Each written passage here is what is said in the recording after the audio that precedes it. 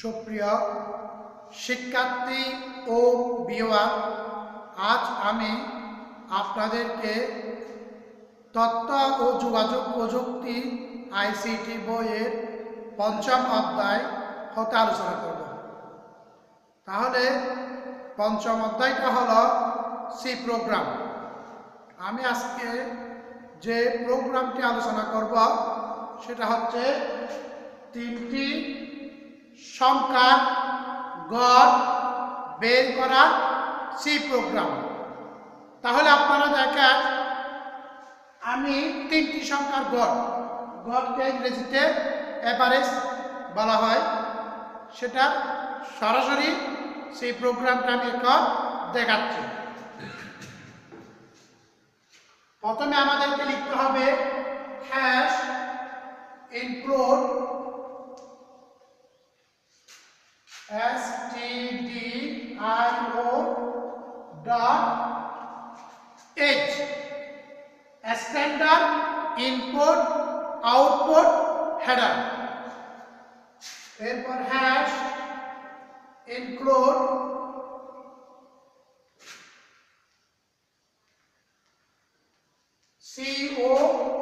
conio dot h console input output main। আমাদেরকে প্রোগ্রামটা start করতে হবে বন্ধনীর পরবর্তীতে। আমাদের তিনটি সংখ্যা, একটি সংখ্যা এক, অন্য সংখ্যাটি বি ও সি। এই তিনটি সংখ্যা আমরা চাইলে সরাসরি লিখতে পারি অথবা ভেঙে ভেঙেও লিখতে পারি।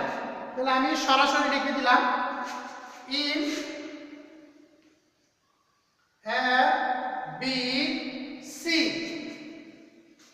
প্লট হচ্ছে এভারেজ এ বি জি। তাহলে তিনটি সংখ্যা এ বি সি, এটা হচ্ছে পূর্ণ সংখ্যার ক্ষেত্রে আর এটা হচ্ছে ভগ্নাংশ সংখ্যার ক্ষেত্রে। তাহলে আমরা লিখব প্রিন্ট এফ। প্রিন্ট এফ লেখার পর আমরা যে লিখব এন্টার 3 ভ্যালু VELUE। তাহলে এন্টার 3 ভ্যালু লেখার পর এরপর scanf %d কমা %d। তাহলে তিনটি %d তিনটি মানের জন্য।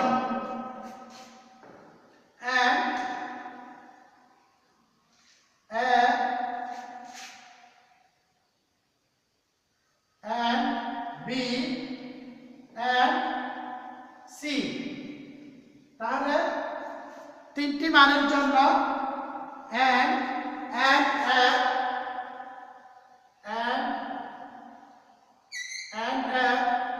and B and C, তাহলে তিনটি মান। এরপর আমরা যেটা করব সেটা হচ্ছে আমরা আউটপুটের জন্য এই আউটপুট লাইনে এটি দেখা যাবে। এরপর আমাদের যেটা করতে হবে সূত্রটা প্রয়োগ করতে হবে।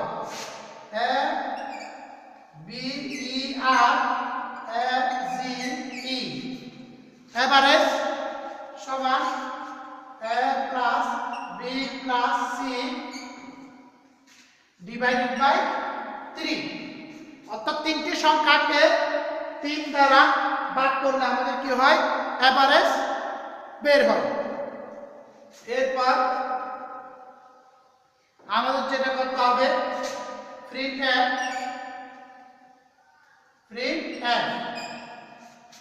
এফ লিখে আমাদের আনসারটা হবে \n result